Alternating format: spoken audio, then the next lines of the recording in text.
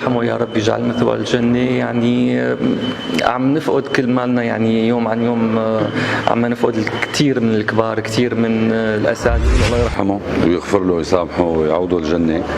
ما في شك انه هو ما بخل يوما ما لهي الدراما، سواء بالمسرح او بالاذاعه او بالتلفزيون او بالسينما. كان شعبي الى ابعد الحدود، يعني الحقيقه هويه فنيه، خساره كبيره جدا للوسط الفني. لكن نكون فقدنا قامه كبيره، يعني وهب نفسه وحياته وقدم الكثير.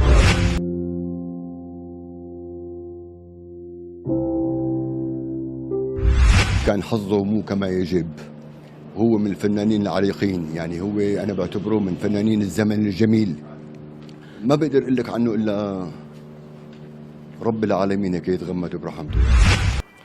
كان رجل مميز بأخلاقه، بلهفته لأصدقائه، بصدقه، بتفانيه.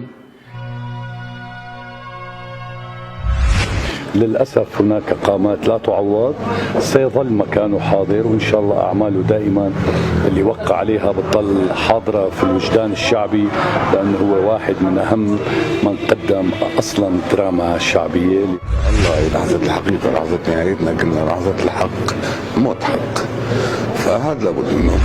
الحزن كتير كبير، كل ما عم نفقد حدا من كبارنا حزننا عم يكبر والقلب ما عاد وسع كل هذا الحزن. الله يرحمه، وفعلا هو قامة فنية ولا يعوض، خسارة كتير كبيرة.